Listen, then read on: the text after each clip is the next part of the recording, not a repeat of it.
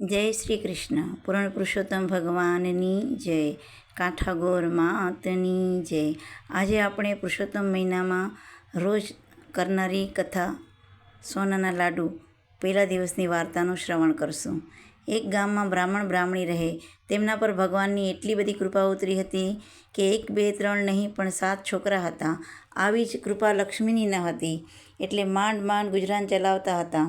ભગવાનની લીલા એવી છે કે ધાના ત્યાં પાના નહીં અને પાના ત્યાં ધાના નહીં, એટલે કે જ્યાં ખાવાવાળી વણઝાર છે ત્યાં ધાન્ય નથી.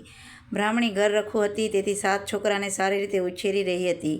પિયરમાં મા બાપ મરી પરવાર્યા હતા એટલે ઘરનો કારોબાર તેના ભાઈને ભોજાઈના હાથમાં હતો. તેમની પાસે પૈસા હતા પણ સંતાન સોગંદ ખાવા ન મળે.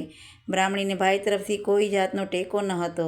તેને તો ભાઈ તરફથી ઘણી આશા, પરંતુ ભોજાઈ એવી માથાભારે હતી કે વાલ સોનું તો શું, સવાવાર કપડું પણ તેની પાસે જવા દે તેમ ન હતી. તો પણ બ્રાહ્મણી ગામમાં ભાઈ ભોજાઈ માટે સારું બોલતી. એક વેળા પવિત્ર પુરુષોત્તમ માસનું આગમન થયું અને ગામમાં ભક્તિભાવ ઉભરાયો. ભાવિક સ્ત્રી પુરુષો ઉમંગથી નદીએ નાહવા જવા લાગ્યા. બ્રાહ્મણી પુરુષોત્તમ વ્રત કરતી હતી. આ વર્ષે ભોજાઈએ પણ વ્રત કરવાનો સંકલ્પ કર્યો હતો. તેને બધી વાતનું સુખ હતું, પણ ઘરમાં પારણું ઝૂલતું ન હતું. તેથી પુરુષોત્તમ પ્રભુની કૃપા મેળવવા તે પુરુષોત્તમ મહિનો નાહવા લાગી. ફળની આશા રાખ્યા વગર વ્રત કરવામાં આવે તો ઉત્તમ છે, પરંતુ મોટાભાગના ભાવિકો વ્રત કરે છે તેની પાછળ કોઈને કોઈ વસ્તુની ઈચ્છા હોય છે. બ્રાહ્મણીને સતતીનું સુખ હતું પણ સંપત્તિની ખામી હતી, એટલે વ્રત કરતી હતી. તેની પાછળ ધનની લાલસા હતી. તેની ભોજાઈને સતતીની ખોટ હતી, એટલે તે સંતાનની લાલસાએ વ્રત કરતી હતી. પુરુષોત્તમ માસ પૂરો થતાં ભાવિકો યથાશક્તિ ઉજવણું કરી બ્રાહ્મણોને જમાડી દાન દક્ષિણા આપ્યા. હજુ એ સૌના વંદન પર પુરુષોત્તમ માસનો ઉલ્લાસ દેખાતો હતો અને મુખ પર પુરુષોત્તમ પ્રભુનું રટણ હતું. બ્રાહ્મણી ભોજાઈને ત્યાં તો મોટા જમણવારની તૈયારી થઈ રહી હતી. તેને ગામમાં સમસ્ત બ્રાહ્મણોને જમવા માટે ગોર મારફત નોતરા પહોંચાડી દીધા હતા અને સગા વહાલાને ત્યાં જાતે જઈને નોતરા દઈ આવતી હતી. ભોજાઈ નોતરા દેતી હતી. નણંદને ત્યાં આવી. બ્રાહ્મણી તો તેને આજે ઘણા સમયે પોતાને ત્યાં આવેલી જોઈ હર્ષ ગેલી થઈ ગઈ અને આવકાર આપી શેતરંજી પાથરી બેસવા કહ્યું. એટલે ભોજાઈ બોલી, ઘેર ટાણું માંડ્યું છે એટલે ઊભા પગે કહેવા આવી છું. આજે મારે ઘેર જમણવાર છે, તો 7 ટાબરિયા, 8માં ભાઈ અને 9માં તમે બાઈ સાંજે જમવા આવવા તૈયાર રહેજો. હું તેડવા આવીશ. મારે આવ્યા સિવાય દોડીને ના આવશો. ભોજાઈ તો આટલું કહી લટક મટક કરતી ચાલતી થઈ, પણ બ્રાહ્મણીનું મોઢું ઉતરી ગયું હતું. ભોજાઈએ આપેલા નોતરામાં તોછડાઈ હતી, તેમાંય તે તેડવા આવે ત્યારે જ જમવા આવવાની હતું. તેણે મનમાં વિચાર્યું કે ઘરમાં બેસીને સૂકો રોટલો ખાવો, પણ શ્રીમદ ભાઈ ભોજાઈને ત્યાં મિષ્ટાન જમવા નથી જવું. પરંતુ તેની ભોજાઈ જમવાનું નોતરું દેવા આવી ત્યારે બાળકો ઊભેલા હતા, એટલે તેઓ જમવા માટે તલપાપડ થઈ ગયા હતા. આ તો મામાને ત્યાં જમણવાર હતો, પણ ભાણાઓ ખુશ કેમ ન થાય? તે તો સાંજે જમવાનું છે જાણી કૂદાકૂદ કરવા લાગ્યા. મજા પડશે ને, મામાની ઘેર લાડુ ખાવાની મજા પડશે. તોફાને ચડેલા ભોળકાઓને શાંત કરવા બ્રાહ્મણી રસોડામાં જઈ તેઓને જમવા બોલાવ્યા. તો બધા બોલી ઉઠ્યા, અમે તો સાંજે મામાને ઘેર લાડવા ખાઈશું, અત્યારે ખાવું નથી. ભૂખ્યા રહેશું તો વધારે લાડવા ખવાશે. બાળહઠ આગળ માં લાચાર થઈ ગઈ. તે રસોડું આટોપવા બેઠી અને છોકરાઓ રમવા ચાલ્યા ગયા. આમ ને આમ સાંજના 5 વાગ્યા અને ગામમાં બ્રાહ્મણો રંગબેરંગી પિતાંબર પહેરીને ટોળે મળીને જમવા જવા નીકળી પડ્યા. બ્રાહ્મણીઓ પણ રંગબેરંગી સાડીઓ પહેરી બાળકોને સુંદર કપડાં પહેરાવી સૈયરો સાથે વાતો કરતી જમવા જઈ રહી હતી. બધાના મુખ પર ઉલ્લાસ હતો. આ બધું જોઈ બ્રાહ્મણીના છોકરાઓ પણ જમવા જવા ઉતાવળા થઈ રહ્યા હતા. બ્રાહ્મણીએ તેમને દિલાસો આપી કહેતી હતી કે આ બધા પારકા કહેવાય, એટલે તેમને પહેલાં જમાડવા પડે. જ્યારે આપણે તો ઘરના કહેવાઈએ, આપણે તો સૌથી છેલ્લા જમવાનું હોય. હમણાં મામા કે મામી તેડવા આવશે એટલે આપણે જમવા જશું. પણ શ્રીમત અને ગરીબોની ક્યાં પડી હોય છે? શ્રીમદ ભોજાઈ નોતરું દઈ ગઈ હતી અને સાંજે જાતે તેડી જવાનું કહી ગઈ હતી, પરંતુ બધા જમીને પાછા ફરવા માંડ્યા તોય કોઈને તેડવા ન આવ્યું. તેથી તેણે આશા મૂકી દીધી. ભોજાઈ કદાચ તેડવા આવે તો બાળકોને જમવા મોકલવાની હતી, પણ ગરીબ ભાણાઓના ભાગ્યમાં શ્રીમદ મામાના ઘરના મિષ્ટાન ખાવાનું નહીં લખ્યું હોય, તેથી રાત પડી તોય કોઈ તેડવા ના આવ્યું. સવારના ભૂખ્યા બાળકો મિષ્ટાનનું રટણ કરતાં કરતાં થાકીને અંતે સૂઈ ગયા. પણ બાળકો ઉઠશે ત્યાં જમવાની વાત સાંભળશે એ બીકે બ્રાહ્મણી ભાઈના ઘર આગળ થયેલા જમણવારના એઠા પતરા લઈ આવવા વિચાર્યું. એ તો અંધારી રાતના લપાતી છુપાતી ભાઈના ઘર આગળ ગઈ. ત્યાં મોટા ઝુમરો ઝળહળી રહ્યા હતા. તેના પ્રકાશમાં તેણે એક ખૂણામાં એઠા પતરાળાનો ઢગલો જોયો. તે ઊભી ઊભી વિચારવા લાગી અને પ્રભુને રટવા લાગી, હે પુરુષોત્તમ પ્રભુ, ભોળાના ભગવાન, તે આખરે મારા બાળકોને ભૂખ્યા જ છોડાવ્યા ને?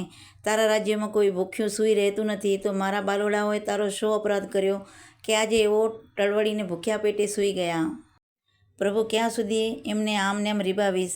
તો તારા રાજ્યમાં અંધેર નથી, માટે લાગે છે કે જે કંઈ થઈ રહ્યું છે તે અમારા ભલા માટે જ થઈ રહ્યું છે. આમ મનમાં વિચારતી બ્રાહ્મણી થોડાક પતરાળાના એક લુગડામાં બાંધી લીધા અને તે લપાતી છુપાતી ઘેર આવી. ભાઈને ત્યાં બધા ધમાલમાં પડ્યા હતા, તેથી કોઈની નજર તેના પર પડી ન હતી. ઘેર આવીને બ્રાહ્મણી બધા પતરાળા છૂટા મૂક્યા અને તેમાં એઠા વધેલા લાડવા તથા ભૂકો જુદો કાઢીને તેમાંથી સફાઈદાર લાડવા વાળી લીધા. તાજા જ લાડવા વાળ્યા હોય તેવા લાગતા હતા. પછી તેણે પતરાળાના ઢગલો એક ખૂણામાં કરી રાખ્યો. સવાર પડતાં જ પહેલાં બ્રાહ્મણી ઉઠીને દીવો પેટાવી પહેલાં પતરાળા ઉકેરડે નાખી આવવાનો વિચાર કરી. પતરાળાનો ઢગલો આગળ આવી અને ત્યાંનો દેખાવ જોઈને આશ્ચર્યમાં પડી ગઈ. એવો ચમત્કાર બન્યો હતો કે રાતના તેણે ખૂણામાં જે ખાખરાના પતરાળા મૂક્યા હતા તે દિવસના પ્રકાશમાં સોનાના દેખાતા હતા.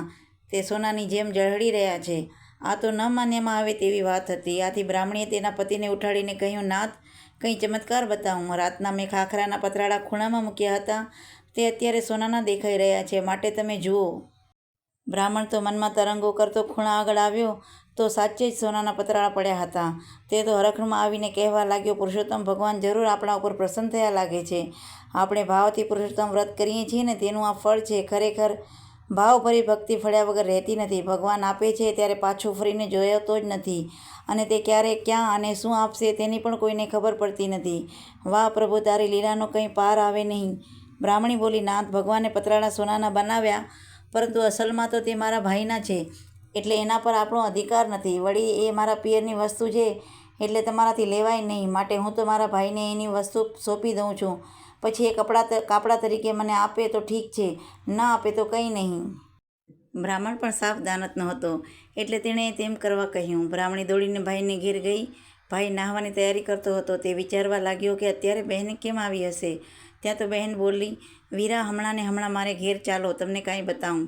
ભાઈ જવાબ આપે તે પહેલાં જ ભોજાઈ આવી પહોંચી અને નણંદને આવેલી જોઈ તેની આંખો ચાર થઈ ગઈ. તે સમજી કે અત્યારે નણંદ વધેલી મીઠાઈ લેવા આવી છે અને તે માટે તેના ભાઈના કાન ભંભેરી રહી છે. આથી તે મોઢું ચડાવીને બોલી, નણંદબા, જે કહેવું હોય તે મને કહો. ઘરની વાતોમાં તમારા ભાઈનું શું ખબર પડે? હજુ સાંજે તો બધા માલ પાણી ઉડાવી ગયા છો. શું આજે પણ વધ્યું ઘટ્યું જમવાનો વિચાર છે? જમવા આવવું હોય તો મેં ક્યાં રસોડે તાળું માર્યું છે? તમારા ભાઈનું ઘર છે, આવીને બધા જમી જાઓ. બ્રાહ્મણી તો આ સાવ બનાવટી વાત સાંભળીને ડઘાઈ ગઈ. તેની આંખમાં આંસુ આવી ગયા. જૂઠાને તો સી રીતે પહોંચાય. સાંજે એના ઘરનું કોઈ જમવા આવ્યું ન હતું, છતાં ભોજાઈએ જમી ગયા છો એવું ખોટું કહ્યું હતું. ભોજાઈ તો બડબડાટ કરતી રસોડામાં ગઈ એટલે બ્રાહ્મણીએ ભાઈને કહ્યું, ભાઈ, મારે ઘેર ચાલો, તમારા લાભની વાત છે. ભાઈ કહે, બહેન, કાલે તમે બધા જમી ગયા તો રસોઈ કેવી બની હતી?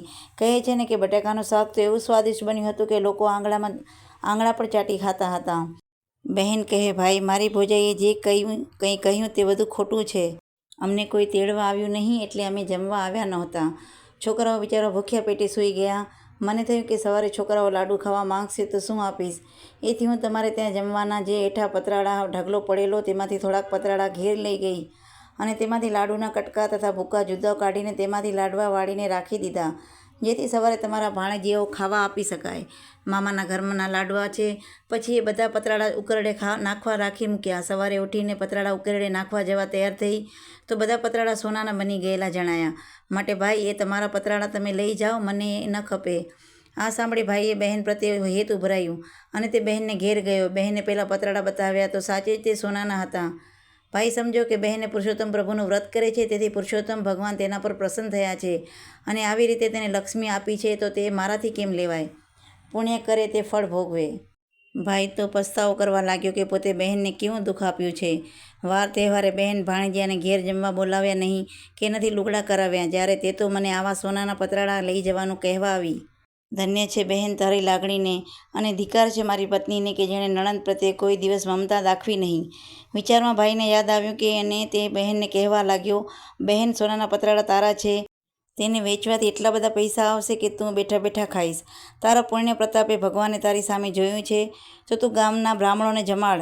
તારા નોતરા ફરશે એટલે તારી ભાભીની મજા આવશે.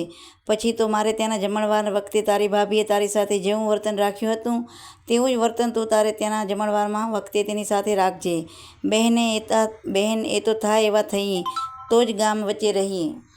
બહેને ભાઈની માન રાખ્યું અને તેમ કરવા વચન આપ્યું. ભાઈ હરખભેર પોતાના ઘેર ગયો અને બહેનને સોનાના એક પતરાળામાં કટકા કરી બધું સોનું એક સોનીને વેચી દીધું.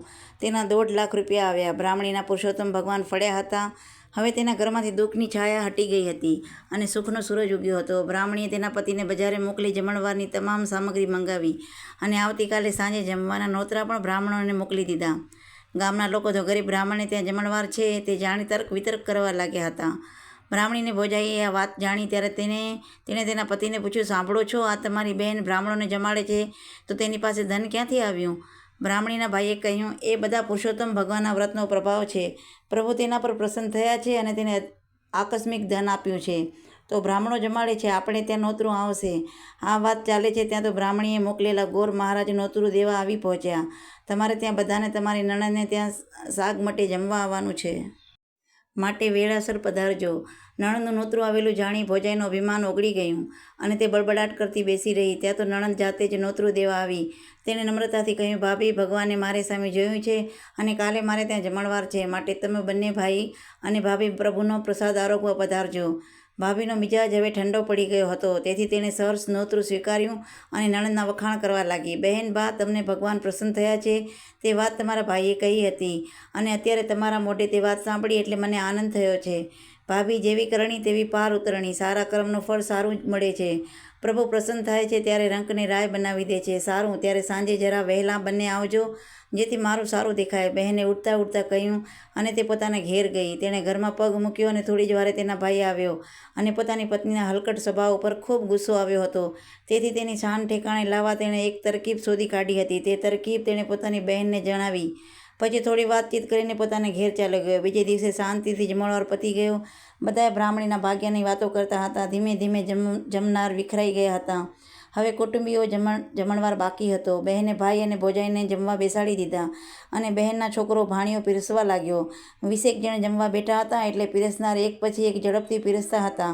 હવે લાડુ નીકળે એટલી વાર હતી. ત્યાં તો એક ભાણિયો લાડુ પીરસવા નીકળ્યો. તેણે બધાના પતરાળામાં ઘીથી લચપચતા લાડુ પીરસ્યા. ફક્ત મામીની પતરાળી બાકી રાખી હતી. તુરંત જ એક થાળીમાં સોનાના લાડુ લઈ આવ્યો અને તે મામીની પતરાળીમાં પીરસ્યા. મામીએ હાથમાં લઈને લાડુ તપાસ્યો તો તે સોનાનો હતો. તે તો વિચારમાં જ પડી ગઈ કે સોનું તે વળી ખવાતું હશે. ત્યાં તો નણંદના ભાણિયા બોલી ઉઠ્યા, બધુંય આવી ગયું, હવે બધા જમવા માંડો. બ્રાહ્મણીની ભોજાઈ બોલી, ભાણાભાઈ, તમારે મને ભૂખી રાખવી છે કે શું? સોનાના લાડુ તો મારે સી રીતે ખવાય? આવી તે મસ્કરી હોય. જ્યારે ભોજાઈને ઘેર જમણવાર હતો ત્યારે તે નણંદને તે જમવાનું નોતરું દેવા ગઈ ત્યારે છોકરાઓને ટાબરિયા કહ્યા હતા. આજ એ જ છોકરાઓ તેણે માનથી ભાણાભાઈ કહી બોલાવ્યો અને નરમાશથી વાત કરી હતી. નણંદના ભાણાઓ સમજી ગયા કે બધું ધનને માન છે. આજ દિન સુધી મામીએ મન અમારી કંઈ કિંમત ન હતી ને અમને ટાબરિયા કહીને બોલાવતા હતા. ખરેખર ધનનો પ્રતાપ જ એવો છે. નાણાં વગરનો નાથીઓ ને નાણે નાથાલાલ, તે કહેવત ખોટી તો નથી જ. હજુ એ મામી સોનાના લાડવા જોઈ રહી હતી. તેથી ભાણાએ કહ્યું, મામી, તમે શ્રીમંત રહ્યા એટલે જ તમને સોનાના લાડુ પીરસ્યા છે, માટે ઉમંગથી જમો. નણંદજી નજીકમાં ઊભી હતી. તે આ બધું જોયા કરતી હતી. ભાઈ અને ભોજાઈ થોડે દૂર જમવા બેઠા હતા. ભાઈએ ભાણાઓની શીખડાવ્યું હતું તે મુજબ તેની મામીને કહ્યું હતું. આથી તે મનમાં હરખાતો હતો. આખરે તેણે પત્નીને કહ્યું, તારા ભાણામાં તો સોનાના લાડુ પીરસ્યા છે, પણ તે તો તારી નણંદને અને તેના ભાણિયાઓને છતે નોતરે ભૂખ્યા રાખ્યા હતા અને બિચારાને રાતના એઠા પતરાળામાંથી એઠ શોધી તેના લાડવા બનાવી છોકરાઓને ખવડાવવા પડ્યા હતા. તું અને હું તો બહેન ભાણિયા માટે કંઈ ના આપી શક્યા. 2 હાથવાળા આપીને શું આપવાના હતા? 1000 હાથવાળા આપે છે ત્યારે પાછું વળીને જોતો નથી. બહેનની હૃદયમાં ભક્તિના પ્રતાપે પુરુષોત્તમ ભગવાનના પ્રસન્ન થઈને પતરાળા સોનાના બનાવી બહેનની ભીડ ભાંગી. તું તારે ખાવા માંડ, આ તો તને સોનાના લાડુ પીરસ્યા છે. આ સાંભળી ભોજાઈ ઉઠીને નણંદને ભેટી પડી અને માફી માંગી. કહેવા લાગી, બહેન બા, થવાનું હતું તે થઈ ગયું. ગઈ ગુજરી ભૂલી જાઓ. મારાથી તમને માઠું લાગ્યું હોય તો ક્ષમા માંગુ છું. બ્રાહ્મણીએ કહ્યું, ભાભી, ભગવાન જે કરે તે સારા માટે જ કરે છે. તમારે ઘેર હું જમવા ન આવી તે સારું જ કર્યું. તો જ મેં એને એઠા પતરાળા લાવવાનું સૂઝ્યું અને તે પતરાળા એ જ મારા ઘરમાં સોનું વરસાવ્યું. આમ કહી બ્રાહ્મણીએ ભાભીને જમવા બેસાડી અને તેણે પાસે બેસીને ભાભીને ઘીથી લચપચતા લાડુ ખવડાવ્યા અને પોતે પણ તેની સાથે ખાધું. આથી તેના ભાઈને આનંદ થયો અને ત્યારથી બધા હળીમળીને રહેવા લાગ્યા.